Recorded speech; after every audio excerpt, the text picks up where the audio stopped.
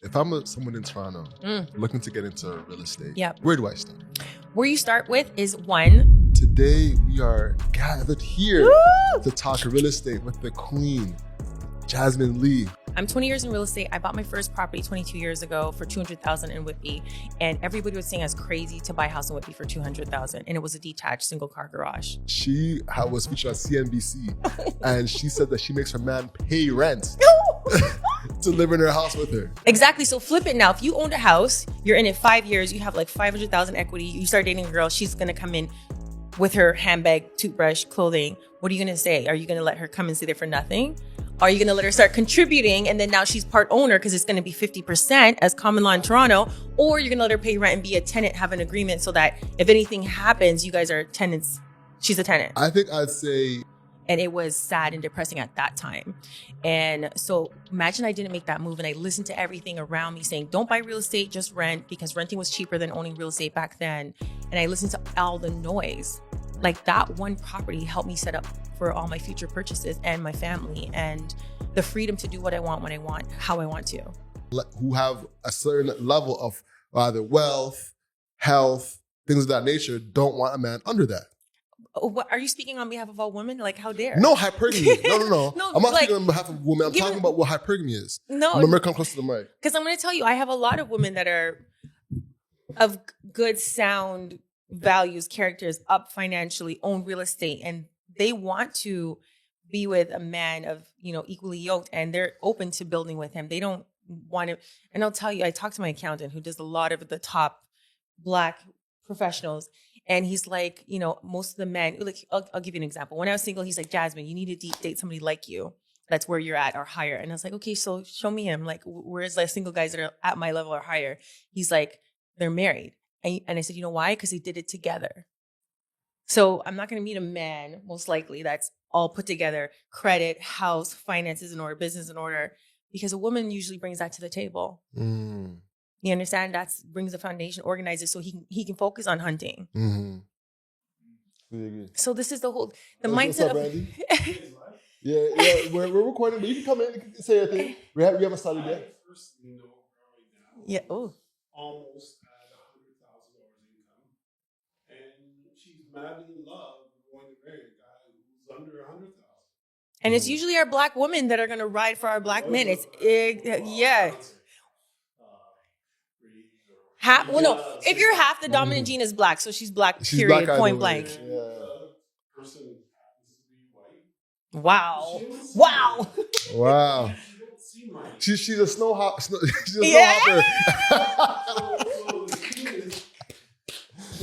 is that yes, there are some women that look for money, but they may even not even earn anything. I agree. And those are the ones you don't want anyways. Yeah, exactly. That trash. Yeah. That problems, because that person is going to be a person who's they're with you. You're making 300, but they meet someone who's making 6. All of a sudden, they're on the ladder. Exactly. They're climbing. Exactly. That's a fact. So that's why you don't want to either. You want to be transparent, disclose, because that woman can bring so much asset to the table of just helping you check your blind spots, like your credit. How do we get you to 8? You're at 7. Okay. How do we get to 8? How do we get a business line of credit? How do we get grants? At what point do you think we should talk about that as a couple? Like when your boyfriend and girlfriend, she's like, what's your credit score? Let's get that up. Okay, so what are the stages of dating? Let's take it a few steps back. And this is. I hope we're recording. We're recording. Okay. This is all recorded, but the problem is there's not a lot of women that are in jobs, or careers that are based in finance. That is not true. No, where are you getting these stats from, baby? I'm saying based in the dating pool. I'm not in the dating pool, so I'm talking about. No, I see you ringed up.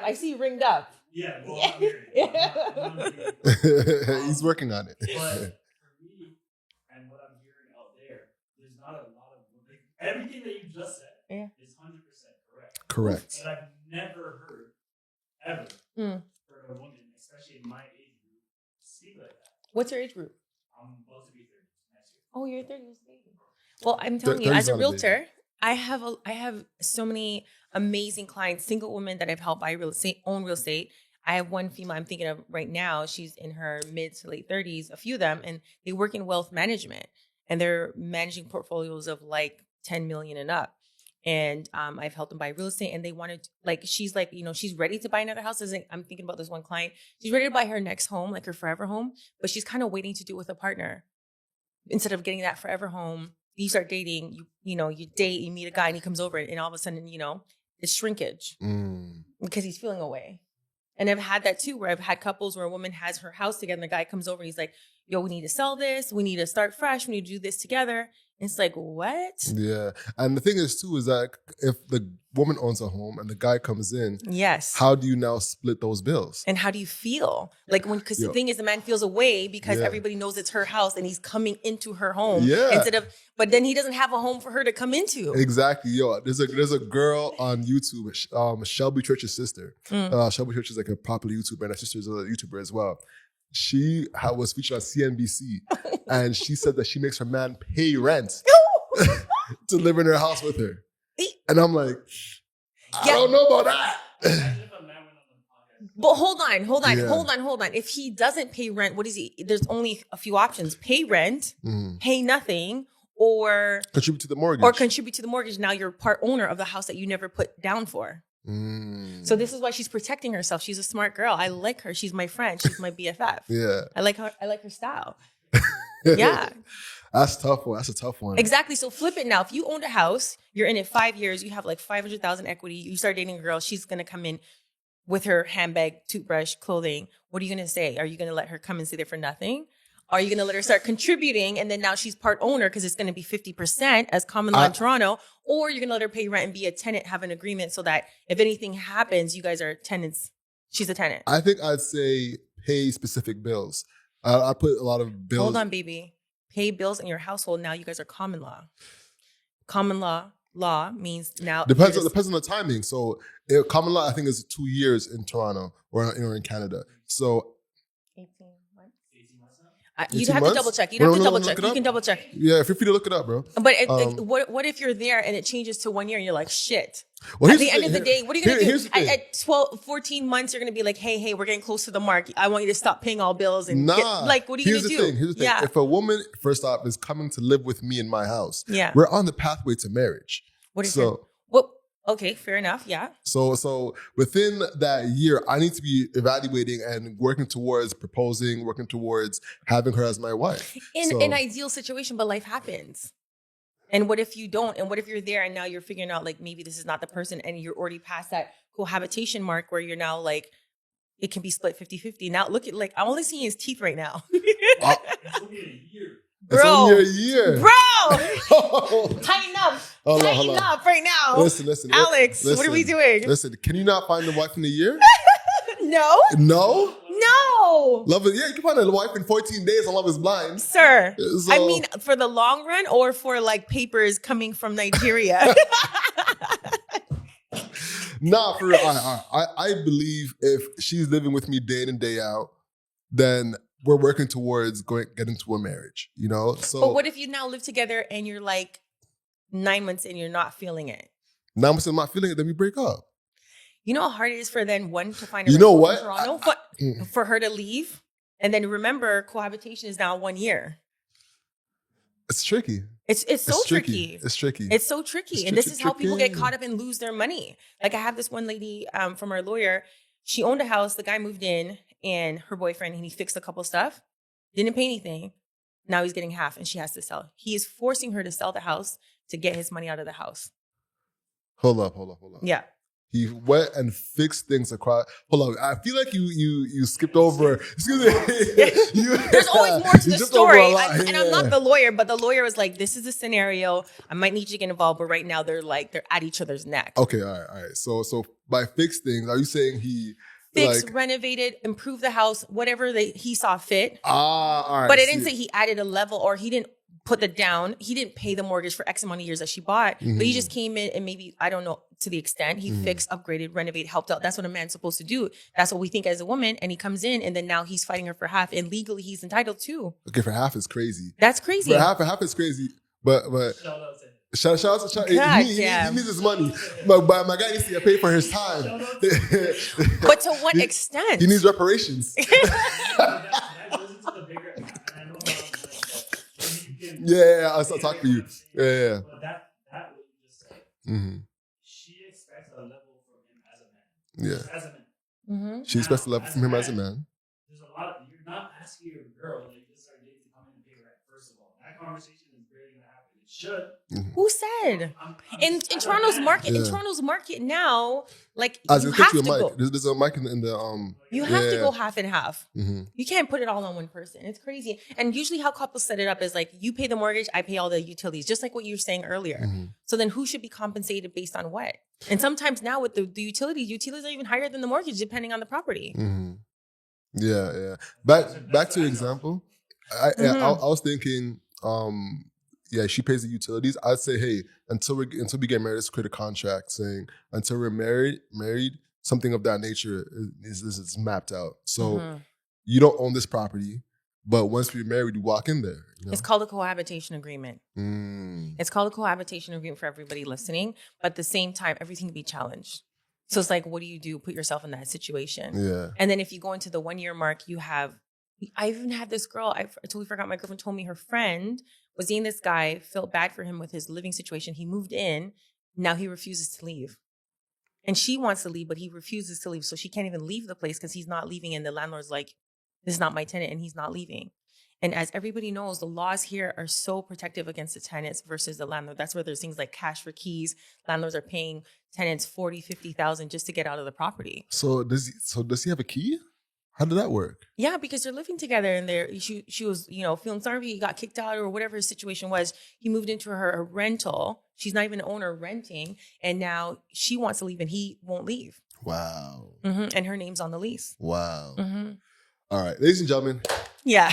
Welcome back to Hustle Over Everything. I'm Alex, the owner of the show, and today we are gathered here to talk real estate with the queen, Jasmine Lee. How you doing? I'm doing right? so well. Oh my gosh, Alex, it's so good. Yes. What a glow up in here. I appreciate that. Thank you. Now, for people who don't know who you are, would you mind giving them a 1 minute summation of things that you do? I'm a real estate investor. I started Airbnb this year. I got to tell you about that too. Okay. And I am a boy mom, and I've been doing real estate for 20 years, since 2004. Okay. And loving it at different stages of real estate now. And I love helping people, understand real estate, have a conversation, get rid of the fear, the stigmas out of real estate, and just having a conversation and getting rid of the intimidation behind real estate. Because we didn't come out of come into the world, come out of the womb knowing all this. We ask questions and learn and grow from there. And that's how we grow and build. Most definitely. All right, so let's get into it. I have an icebreaker question for you, but man, the ice is already broken. So, all right, tell us about Airbnb. How's that going? Airbnb is interesting. Like these guests be like strongholding you because if you want to get a good review, and they'll complain about the craziest things. You got to protect yourself, dot your I's, cross your T's, like lawyer up, but keep everything in the chat. That's what I tell you. Keep everything in the Airbnb chat. Don't take it out so you have evidence. But it's been really good so far. And as an investor in real estate, especially in the condo market, which we were touching on earlier, majority of condo owners, new construction owners, you're coming out of pocket minimum $1,000 to $1,500 every month. Shortfall. It's not cash flowing, majority of people. So I'm like, I'm either going to do that or I'm going to turn to a business like Airbnb because I'm not comfortable with taking losses. I don't like L's. So I'm like, okay, I'm going to do the short-term Airbnb, and it's working out really well. But keep in mind, guys, with Airbnb, especially when you buy a condo, you got to get permission from the city. You got to get permission from the building. It's a lot of work to do. But now that's up and running, we love it. Got you. Now, let's talk about on the topic of Airbnbs, right? There's people who make the fees on fees, cleaning fee, maintenance fee, garbage fee. All right, are you doing that? Are you seeing that works? It's a business, right? So you got to keep a pulse on like the numbers, what's happening, but you still have to pay your cleaners. And ever since COVID happened, these cleaners are like, I want $40, $50 cash per hour minimum. And when they come into your Airbnb, they're looking at least a 3 to 6 hour clean, depending. So it's justifiable. But again, like when you tack on all the fees and you figure out like the rental rate, you compare it to a hotel. So you really got to know your market as well. It's a business. How profitable is Airbnb for you? For me, that's a great question. On average, the rents in my building for a 2-bedroom in Dan was about $3,000 to $3,200. On average, I'm making about $200 to $300 a night. And I've had about 80 to 90% occupancy. Okay. Got you. So I do the math in my head. I'm like, carry the one. But then all also right. the expenses, right? So there's also the expenses, like the cleaning ladies, the supplies and everything. Like, but one thing I do love, we still have access to our unit. We still have access to amenities. We still like I can go from my house to my condo for the weekend, have a staycation. I can offer it to guests of my clients if they're in between properties. So I like that option too. That's really cool. That's really cool. Now, was there a lot of unexpected fees that came with being an Airbnb owner? The licensing fees, I would say not really the fees. With Airbnb, it's just making sure it's legit. Because Airbnb, to even have it listed for a short-term rental, you need a license in Toronto. And they won't let you list your property unless you have the license number and they verify it. So to get the license is a whole nother trip. Some people it takes weeks. For me, it took months to get my license. Like I had to run up in the office because I'm that girl. Like I'm not getting an answer. I'm going to be at the office at the front. There's an Airbnb license office? Well, Toronto licensing office, yeah. Oh. It's at Markham and Fort 1. Okay. So I went there and then I happened to know the guy. Markham and Fort 1's in Scarborough. In Scarborough, yeah. So to get the license, a whole nother situation. But I got my license approved like months later. So until it got approved, I was doing 30 days. So it's called midterm stays, 30-day minimum, which worked out. Interesting. All right. So the biggest challenge was the licensing. That would be the biggest. And then getting set up and making sure you have everything for the guests. And you won't have it all figured out. You're going to learn along the way. But one of the things I loved about like what made me even get into Airbnb, because I was talking to one of my realtor partners and she just was being very transparent. And she's like, this is my calendar. This is my bookings. Look at the calendar. And this is how much I'm charging. And it's getting booked up. I'm like, wow, okay, it's go time. So this is why I like to have these conversations, show the playbook. Like if I'm going to somebody and they say they want to manage my money, show me how you're managing your money. Don't tell me what you're going to do with mine. Show me what you've done. And then, okay, then now we're talking. Because if you haven't done it, how are you going to tell me what to do? Yeah, I hear that. Now, have you had any Airbnb horror stories? Horror stories. Okay. So we had this guest that was like, sent me pictures and was like, I think we have bed bugs. I was like, frick. I was like, one, all of our mattresses have bed bug protectors. So there's absolutely no way we can have bed bugs. But I was like, anyways, I called the bed bug company. They came down and through the conversation, the inspector was like, we inspected, there's absolutely no bed bugs. But he did mention to me that he was at his cottage. So he might have gotten the bites from his cottage. But I mean, when somebody's sending you pictures of like red bumps all over their body, I'm grossed out. I'm like, frig, I've never even seen a bed bug. And I'm like, I don't want to go back to this condo ever again.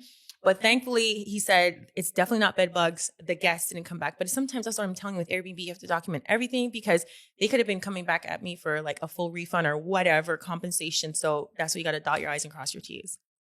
Jeez, yeah. That's scary. Yeah, trust Very me. Scary. All right, now that's scary, but you know what's actually scary right now? The Toronto real estate market. Because, hold up. I know you want to talk, but I gotta say I'm ready for you. Let's go. It feels like depression. Yes. It feels down. It feels but like what are it's we a pipe depressed dream. about? Because it feels impossible to get a house right now. Fair enough. Okay, so let me just tell you this. I'm 20 years in real estate. I bought my first property 22 years ago for $200,000 in Whitby. And everybody was saying I was crazy to buy a house in Whitby for $200,000. And it was a detached single car garage. And it was sad and depressing at that time. And so imagine I didn't make that move and I listened to everything around me saying, don't buy real estate, just rent, because renting was cheaper than owning real estate back then. And I listened to all the noise. Like that one property helped me set up for all my future purchases and my family and the freedom to do what I want, when I want, how I want to. Got it. So let's start there. Yeah. I feel that. So let's shift the mindset. Like if somebody says, Jasmine, you can't do this, that's okay. I can't do it with you. That's fine. So I'll give you an example. Even when I closed on my condo, I got an approval from the builder's mortgage company at the time when I purchased it like 5 years ago. And this is why I want to tell you about pre-construction. It's not for everybody, but 30 days before closing, they told me, Jazz, you put down 20%, which was $140,000, which is typical for new construction, minimum 20% down they want. Then they said on 30 days before closing, you need 10% more because the numbers are not there. The appraisal is lower than expected and you need 10% more, which is 70. You know, this is why I don't recommend pre-construction to everybody because there's a lot of unexpected charges, fees that come up with pre-con because you don't know where the market's going to be in 7 years. And I got to talk to you about that hustle. And I was like, that's okay. If you're not going to do it, somebody's going to do it for 20% because I'm not putting another 10% down. I don't love this condo like that. I'll find it if I have to, but I'm not in a position that I have to. So I went to my other mortgage brokers. I'm like, who's going to do this? Because I need magic and a magician. And I got it done. And that's how it goes. Like, I don't take no for an answer, because if I can go through the front door, I'm going through the side or the back door, and I do that for me and my clients. So back to new construction, to be straight shooters with you, the builders offer anywhere from like 4 to even 10% commission. So a lot of realtors like new construction because you're making double to triple that what you'd make on resale. I don't push it to everybody, especially in our community, because they don't have the financial history, generational wealth, understanding, and preparedness for the what ifs. And a lot of these realtors, in the market being so hot, pushed, you can assign it. You can sell it before closing. You can make bank. And guess what? They didn't prepare them for plan A, assigning it. Plan B, if it doesn't, the numbers are not there to sell it, that they have to close. They have to be ready to close. A lot of people aren't ready. And that's why we're seeing a lot of, assignments on Facebook saying they lost money or condos can't sell, can't close, can't move. We're seeing a lot of that now. And unfortunately, we're seeing a lot in our own community. I didn't know that. Yeah, people are hurting. If you go on Facebook Marketplace and look up assignments, you'll see like bought it for $700, selling for $650, $500. I need to get out of it. They're willing to walk away from their 20% deposit because the appraisals are not there. So let's say they bought it for 1.2 and now it's valued at 800. Even though they put 20% down, if the appraisal came back at 800 and they bought it for 1.2, they have to pay the difference. Oh. So it doesn't matter what you're willing to pay. The bank's only going to finance X amount based on the appraisal. Got you. And because of the new appraisals, because the condo market's on a downshift, people aren't getting the money back. Or yeah, and buyers are smartening up. They don't want a 500 square foot condo with no windows facing the gardener. You know what I mean? With no parking. Yeah. They're smartening up. And now to be straight, like, this is for me. I stay close to the street. So I'm like talking to like the front desk at the builder sites. Like, I'm friends with them, not just like the builder themselves. There's like, Jazz, things are not moving. They're shutting down sites. People are going to the head office because there's just not enough traffic, not enough activity, and projects are getting pushed out, or they're closing down projects because the sales are just not there. What's really booming right now is the detached market. We're finding a lot more people entering to detached. A lot of our clients are moving up because detached were so high at one point, but now that people are holding back and the market is where it is, they're more now, okay, now I can get into a detached. So you're seeing a lot more bidding wars are back with that. Holding offers are back with detached, but condos, very sluggish. And then the numbers are not there. So as a condo investor, you're buying them with the appreciation, not for the cash flow. And that's 101 real estate do not do. Do not buy in appreciation, buy in cash flow. And condos are just not cash flowing. The more subscribers we get, the better the guests get. So please hit subscribe and support this Black-owned independent podcast. All right, see you in the show. For someone that's trying to get into real estate right now, feeling that depressed mindset. Defeated. Okay, let's start with first. If you're renting, stop saying, I'm just renting. Don't do that. Or I'm living with family. I'm living with my parents still. Don't do that, because other cultures, they are glorified for still living with their family and investing in real estate. Our community, for some reason, it's like, I live with my parents is a stigma. It's a bad thing. Like, stay with your family, stack. I have clients that, they live with their family and they own real estate and they're still stacking. Like, that's a good thing. In this market, why not? Right? So first, I would say, let's get rid of the stigma. And if you don't equate owning real estate in Toronto to your confidence, to your personal goals. Like, start thinking outside of the market, because a lot of people are renting where they can afford and they're investing in around the world. Like, we were talking earlier, like Ohio penthouse versus Toronto penthouse, right? Yeah. So like, now the world is borderless. Like, people are working wherever they want. So I tell young people now, stop focus, like really, really think about where you're planting your roots. Toronto might not be it. And this is coming from a real estate investor myself, and I'm born here as well. But it's like, we're getting taxed so crazy. The quality of life, it's pitch dark at 5 p.m. right now in November. Like, think about what will truly make you happy at the end of the day. Like, people right now are just hustling too hard for what type of quality of life. So where do you see people getting into the market? Everywhere. So I have clients, Ghana, Dominican Republic, Costa Rica, Bahamas, DR is big. It's crazy affordable. Mexico, like, people are buying all over the world now. It's borderless.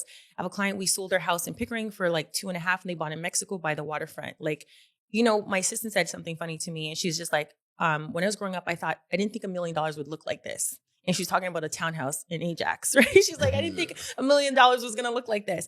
But I'll tell you, what they bought in Mexico, I was like, God damn. I was like, that's what a multi-million-dollar property is supposed to look like.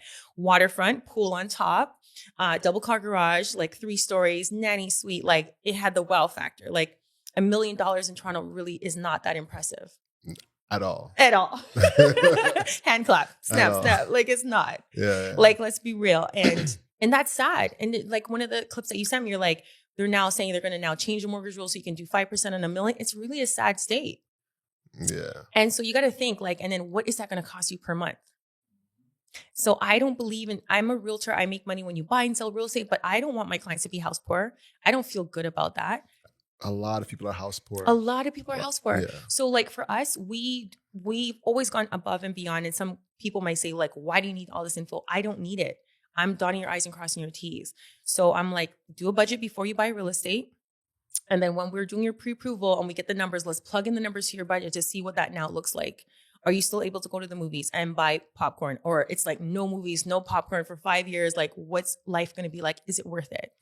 And I think the challenge people think is, am I making enough money to even start to budget, right? And I think... Hold on, let's stop there. Are we making enough money to budget? If you're... To budget for a house. Okay, hold on. So this is where I say to people, go get a pre-approval. Do not use those calculators online because it's all wrong. They don't know your debts and everything. So speak to a mortgage broker. It's free. And then that way you'll know what your whole plan is, like what your approval looks like. Because some people are like, oh, my first house, how much do you think you need, Alex, as an example? How much do you think you need for your first home purchase? $60,000. What would be your purchase price? I think probably 600,000 in like Kawartha Lakes. So you're thinking about 10%. Kawartha Lakes is nice as long as you can work and live there. But if you have to like live there and work in the city, it's a wrap. Exactly. So these are the kind of conversation I ask. I dig further because I'm like, what kind of quality of life are you going to have? Is it worth it? Are you going to be in traffic 2 hours going and 2 hours coming home? When are you going to ever see your family? When are you going to enjoy your home that you're working so hard for, right? So 10% you're looking at. Maybe if you did an approval, the numbers might be a little higher or lower, but at least you know what you can budget for. So this is why before you even budget for a house, get an approval. Then you'll know, okay, I need 60, I need 70. Maybe I only need 50,000 for a purchase for my first one. And then let's budget towards. So that means I'm saving 5,000 X amount of months to get to my down payment. Exactly. And that's what I'm saying is that if you're looking like, I got to save 5,000, they start rubbing their knees like 5,000 a month. Or we can go to the banks of mom and dad, which I always talk about as well. And everyone has mom and dad to go to. True. I agree. And this is not a play for everybody. But if you have that conversation or the opportunity, let's do it. Right. I didn't have support from my family to purchase real estate. I did it on my own. But then like some of our clients that are buying on their own, they might take an extra job of like doing Uber. They might, create a side hustle. You might do podcasts for other businesses and make money from that to then that's your down payment money, right? But at least okay, I need 50. So how long is it going to take me to save 50 if I do X, Y, and Z? And I'm not saying to start trapping. That's not what I said. Because I know it feels like that in Toronto right now. I didn't say that. It feels like you got to start trapping, You got to be Griselda Blanco just to make it out into a house. No, for real. All right. Now, one thing I actually wanted to talk to you about is that because I was doing some research and it was like the average the average income you have to afford a house is $180,000. Combined household income. Combined household income. Combined household income. So there's now with the numbers where it's at, there's a lot more skin in the game. So it's not you buying on your own. You might have a co-signer, and then later on in life, when the numbers increase and your mortgage goes down, then you can take them off. So this is why you talk to a mortgage broker so they can set you up and find out like, okay, on your own, this is what you qualify for. So when I have conversations with first-time buyers, it's like, this is what you qualify for on your own. But if you got your mom involved, then this is what it looks like. And some people are like, I don't want to ask my mom. I don't know. Well, let's ask her first and see if it's even an option. Can she co-sign for you? And then once you see what the numbers look like, then you can have that further conversation. Okay, this looks good with you. Are you open to doing it? Oh, well, you're not even an option, so don't even worry about it, right? Because you have too much debt or whatever, right? And it's better to just do it on your own. Or if I can only do 300 on my own, then I'll buy a condo in Niagara instead of the city. And then I'll rent in the city and have a condo in Niagara or Dominican or wherever, right? Yeah, yeah.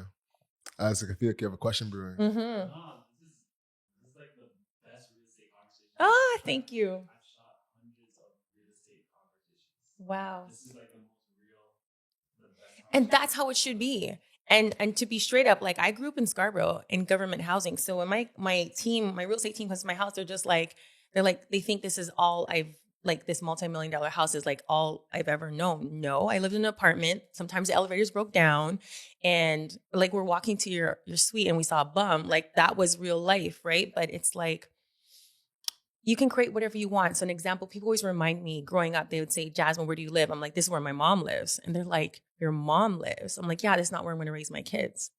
And they're just like, you used to say that all the time when we were growing up. And it's like, whatever you manifest is real, right? What are some of the things you manifested as a kid? So I always said I'd have a nanny. And listen, there's pros and cons with the nanny, okay? I've always said I'd have help with my son. And now that my son is 9, I'm like, I wish I wanted a nanny, but I wish I was more present.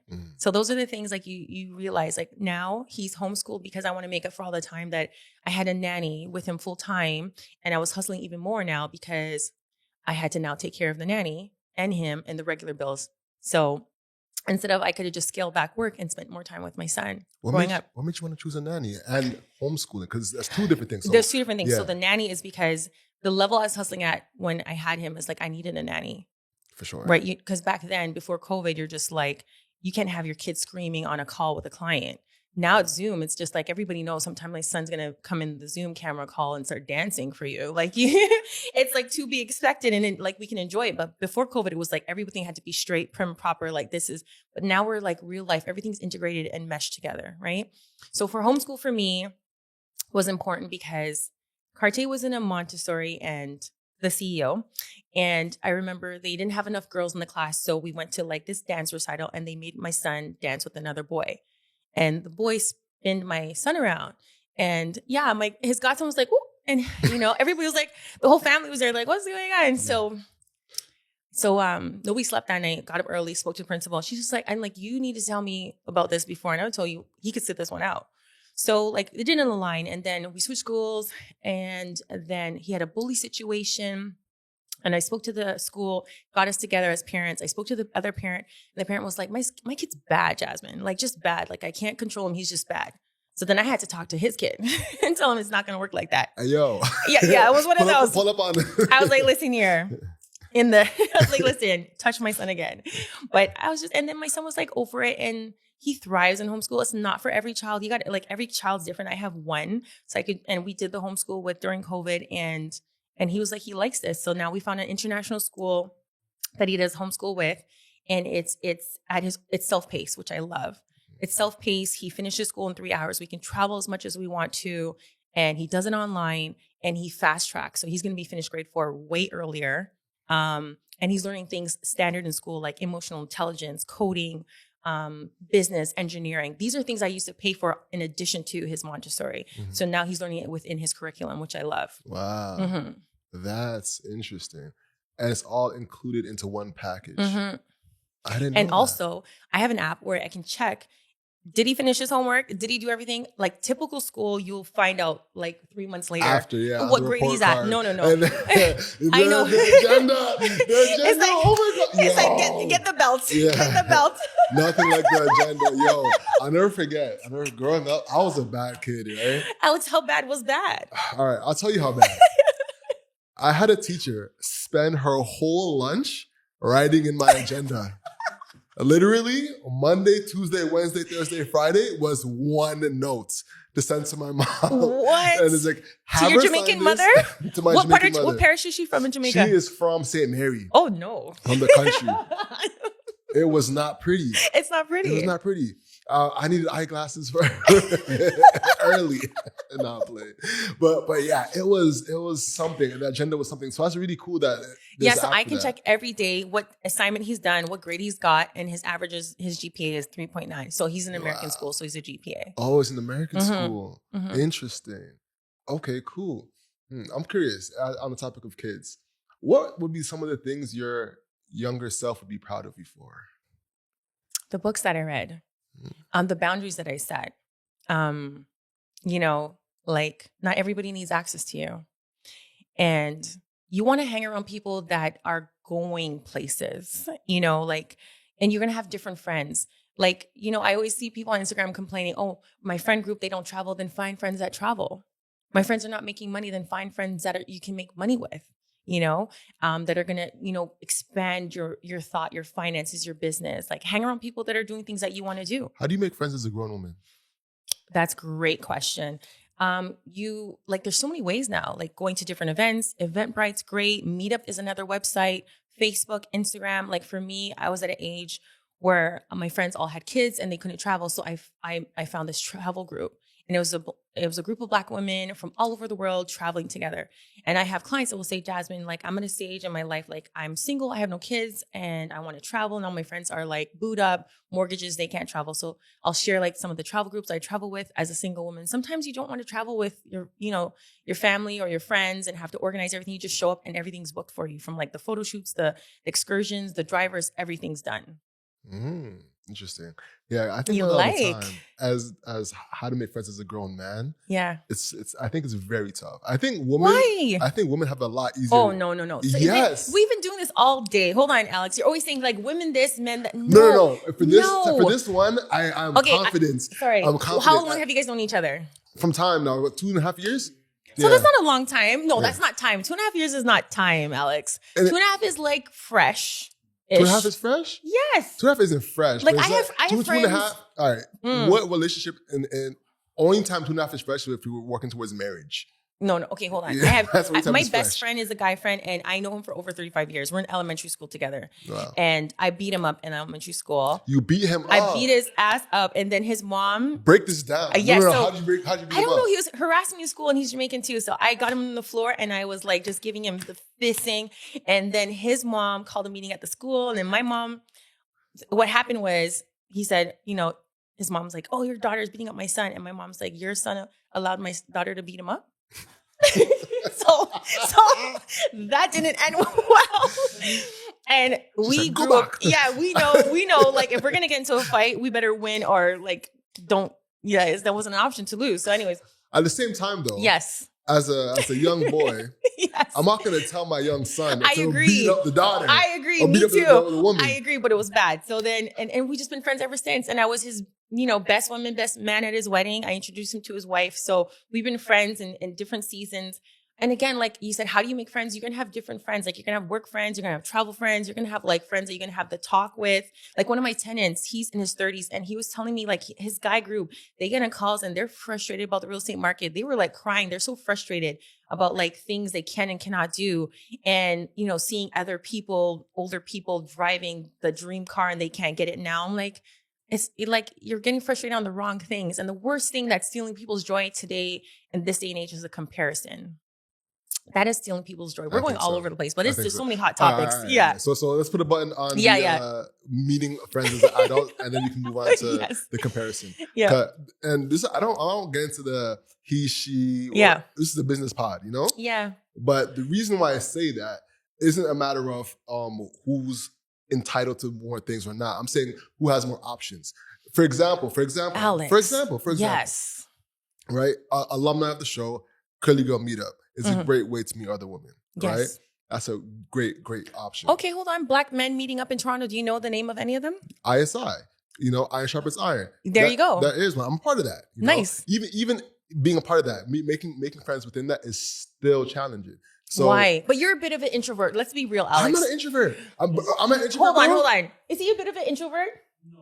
Thank you. Hold on. In groups. No. One-on-one. I don't know that because we and Alex are more like business. In a group setting, Alex. I'm friendly. I'm friendly. Listen, you've seen me out. You're not an extrovert though. I'm not an extrovert. I didn't say you're not friendly. You are friendly. There's levels to an extrovert. And I'll tell you the biggest thing I'll tell you with women and men, especially I tell Black women and women of color, smile. That's the biggest thing. You can't tell a Black woman to smile. Ooh. Why not? Should be telling Black women to smile? I mean, and men too, because there's Black friendly men and there's men that are screw face, and it's the same with Black women. And I say the best thing you can do is just smile, like be open hearted for opportunities, and you'll meet people. Mm-hmm. And like you're saying, you're hard to meet friends. Everybody you're meeting on the podcast, like you can stay in touch with them. You don't just have to text me when you want to do a podcast, Alex. You can just hit me up. I'm not just saying it as myself. I'm talking about the options that the everyday guy has. And I'll tell you, and I tell people this because I hear this a lot too, and I meet so many people on social media too that have turned into friendships and business and opportunities, all kind of things. But it's just be the friend that you want to have. that's just the rule of thumb, and you'll have abundance of friends to pick and choose from. Like I don't wait to the end of the year to clean house. I clean house all the time. So if I feel like I have a friend that's always just wanting to link and want me to organize, plan, book, schedule, send it to her calendar, then like relationships are a dance. Like I had a girlfriend, she really appreciated me. She's like, Jazz, come over on Sunday. This was Sunday that passed. And she had a spread. She ordered Thai food. She had a charcuterie board. She had desserts. She had a champagne for us. Like my friends romanticize me. They appreciate me. Boom. So my boy comes over and he's like, yo, I have a charcuterie board for you. Like, yo, are we dating? Bars. What's going on? And that is it right there. You've broken it down. The women have an ability to become engaging super quickly. They can romance each other. You just shown it. Men cannot romance each other. Oh, no, but Nikki... Okay, now I'm saying my girlfriend Nikki. Shout out Nikki, my baby. We've been friends for many years. Okay. And we kind of started with a real estate conversation. And then now we're like, she's like my cancer sister. She's like, she's my big sis. I'm her big sis sometimes. But yeah, it's like, why not have your guy pull out the charcuterie board? Hold on, were the candles lit? Were the candles lit, Alex? Were candles lit? Candles lit with the other man is, listen. There was no candles lit, Alex. What did you say? Oop. Exactly. So that's what I'm saying. There's a romance. That's perfectly put. There's a romance. Well, but for me, I'm a hopeless romantic. I'm a Cancer, so like it's a dance. So let's take away the romance. That's just my preference. But I think in all relationship is a dance. It's like business. Like some people will come to me, be like, I'm a cleaner. Can you get me cleaning jobs? Yes, I will. I will help you out, but it goes both ways. Like post my business on your stories. Let's refer clients. Let's let the dance go both ways. The highway goes both ways. When you dance, it has to go both ways. It can't just be coming to me like, hey, I got this business. I want to do photography and video for your listings. Sometimes they hit us up and they'll be like, I'll do first couple of shoots for free. And I'm like, that's amazing. So now I can see your work. Then I can refer you out. Like it's a dance. It's a dance. And if you dance too heavy one way, try to be all usy, then I'll pull back my energy. I ain't got time. For sure. Yeah. And I think that's where guys have a challenge actually. Because you can't be as givey. Because there's a big thing for guys to be, he's glazing.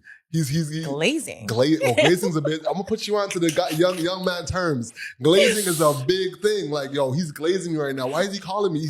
He's glazing. But hold on, men have, like you said, Iron Sharpens Iron is a big community in Toronto. Shout out Troy Crossfield. Shout out Troy. Then you guys have sports. Women don't have that. You guys can go to sports bars. Women have sports. No, like in abundance, like you guys have that, or like women go to your sport events and hang out. Like we're not really going to the WNBA games, like. Not yet. Exactly. But there so is you have so many opportunities. There's so many opportunities to meet people. It's just who do you want to meet and how you want to meet them. But you should be meeting people in every different stage of your life because you're evolving and growing, and your circle should be like that. Reflection. I agree. I feel like your circle should be evolving. I find that as I grow older and as the guys around me grow older, the more they get into their silos. So it makes it even tougher to be able to get out of that shell. There is networking events. There is sports. But even in those sports, those silos have already been created. So you have to break into those silos. So I'm going to give an example. My partner in real estate, she is from the Filipino community, one of my partners. And I love the way they do community and they do family and friendship. Like they're just eating together 3 times a week for no reason. Yeah. Like for us Caribbean people, we need a reason to meet up. You know what I mean? And we might see each other once a year. When someone dies. Yeah, when somebody dies, it's so sad. It's sad. I'm like, you're going to Jamaica? Yeah, for another funeral. Like, why are you only going back to Jamaica for a funeral? For sure. I am so tired of that. For sure, yeah. I'm about to go to Jamaica too. My grandfather died today. Babe. My condolences for that. Okay, but this is a reminder to me to live. I don't do funerals personally. Everybody knows that. Because it's about celebration of life and living. Not about their mourning the dead. If you're going to have a funeral where everybody's bawling, I'm not there. I'm not doing that. I haven't been to a funeral in like forever. Really? I understand that. You want to keep that memory of that person alive. Yeah, and even if you look at the body, it looks nothing like the person. So what's the point? Like for my dad, I cremated him. I didn't do a funeral, and I have a bench near my house in celebration of him. So like when I had my son, that bench was near our home, and we'd go there and he'd be playing and we'd sit at the bench. But I feel like my dad's presence with me every day. And when life gets hard or like when life is good, or if I have something to tell him, or I will speak to my father, I feel like he's there with me in his presence. Yeah, I hear that. I hear that. It is tougher when you see someone on the other side of it, and they are nothing like the same. I actually just had an uncle pass, and because he was a dark skinned Jamaican man, so for the first time, he actually looked like he looked like the person in the casket because they usually just put on black. Thing on, like, yeah, horrible. Okay. You know the makeup's the worst. Is black. The makeup's the worst. The wig's the worst. Like, oh my gosh, Alex. But okay, so that's I know business. Okay, go ahead. No, I was gonna say like there could be like a good like black makeup for funerals business. Look where we reach, Alex. Look where we reach. But really, why we bring them is just about living and enjoying and just finding joy in every single day instead of just waiting to live. And like too much of our Caribbean people are like, so we're back to real estate, owning homes. And it's just like, they want to just forget everything. They want to hustle so hard to get in this house. And then they hustle so hard to keep it that they don't enjoy their home. They don't live. There's nobody here. They don't enjoy their house. They don't bring people over. They're not celebrating. So like, what's the point? Like your home's becoming now your prison, right? So that's unfortunate, especially now with the rates going up. There's a lot more calls of like people being tight, behind, and just waiting too late to make the changes that is needed to protect themselves and insulate themselves for that financial situation of rates going up and now your payments increase by $500,000 or plus, right? Or your renewal, you're coming from a 2% interest rate to now 6 and 7. Now your payments have completely changed. Are you ready for that? Yeah. So we're working towards wrapping up. I'm going to ask you the same question that we went viral for. Oh my gosh, let's years do it. ago. If I'm someone in Toronto looking to get into real estate, where do I start? Where you start with is one, block out all the noise, block out all the social media that says you can or cannot do it. Block out the family and friends, and only talk to people who are going to pour good energy into what you're doing. And you might realize that it might be nobody. And you are just talking to your trusted advisors, and you're talking to the mortgage agent who actually cares. And you might not be a 3 or 6 month client, but somebody who's willing to ride with you for a year or 2 years till you get your money, your credit together, and is willing to ride with you for that term. And be loyal to that person, because if they're going to pour into you, once your credit's right, your money's right, don't just jump ship to somebody else. So work with that person first as the mortgage person. So we got a whole team ready for you. Our mortgage person is going to go through things with you. We'll go through things with you too. And then once you get there, I would love for you to do a budget so you know what's happening. Is it worth it? I don't want you to be house poor. And then we can start house hunting, and we can do all the sexy fun stuff. The house hunting is the easy part. It's the financial stuff that is the work that a lot of people avoid. And the biggest mistake people are doing is, either saying, I can't do it. It's overwhelming. I'm depressed. We've done nothing about it, but we're already depressed and stressed. We don't even have an approval or a game plan. We haven't even spoken to a financial advisor, but we're already depressed and stressed. So getting into the market is not easy, but it can be done. And a lot of people, in our community, we don't ask for help until it's too late. Or like I have clients that I say, I want to bring in a financial advisor. I want to have a meeting talking about finances, how to grow your money, make more money, and protect your money. And I'm already having that conversation with friends and clients, and they're already saying like, I don't want to have the conversation yet because I'm not where I'm supposed to be. But how are you supposed to get there if you don't speak to the professional? Because if you keep doing what you've always done, is rely on yourself, and you don't have those tools, it wasn't taught in your family, like how are you going to be better than you are today? So speaking to the professionals, and again, it's completely free.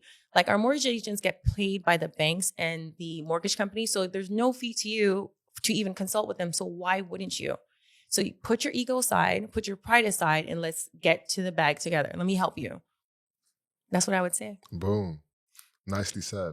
And last question for the entrepreneurs in the room.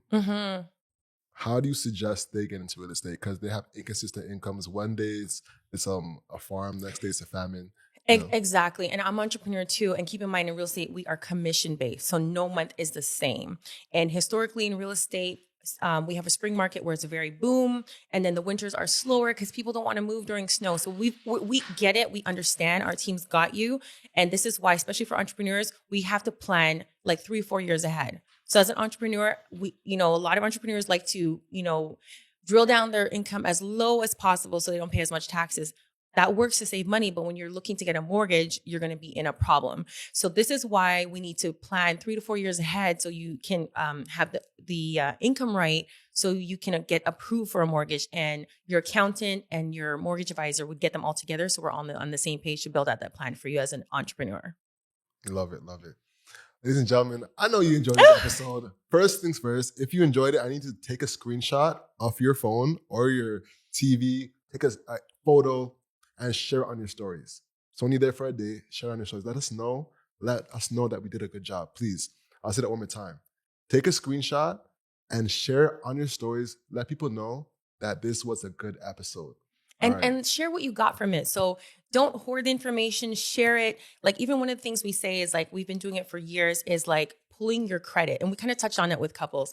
It's like, pull your credit every first of the month, and you don't have to share it with me, but do it within your friend circle, do it within your family, so that you guys are all building and growing your credit together. And it's kind of a challenge. Like, every first of the month, we play like the Bone Thugs and Harmonies, the first of the month. Pull your credit, see what's happening, so you can make sure there's no fraud, discrepancies, anything happening, and it's growing. And do that with your friend circle, your friends, your boyfriend, your fiance, your husband. Like, have those financial conversations as a community. Like, this generation, I'll tell you, is like really in it. Like, they're open, honest, they're getting the gems. I was just at a Black Spoke conference, and we're having those conversations, and they're just way more aware, and we're way more open. So I'm really proud of all these movements that you're doing, things like this, but don't hoard the information, share it. Most definitely.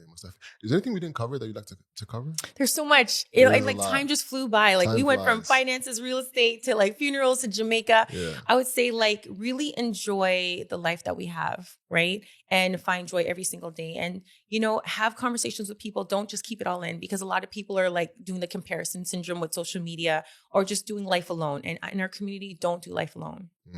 Yeah. 100%. Where can people find you? Instagram is the best way, the Jasmine Lee team. And Alex, thank you again, once again. And I'm so happy for us. Thank you. Another banger. Woo! With that being said, this is what you can't control. So control your grind and control your life. I'm Alex. Jasmine, thank you. That's the show, y'all. Peace. Bye.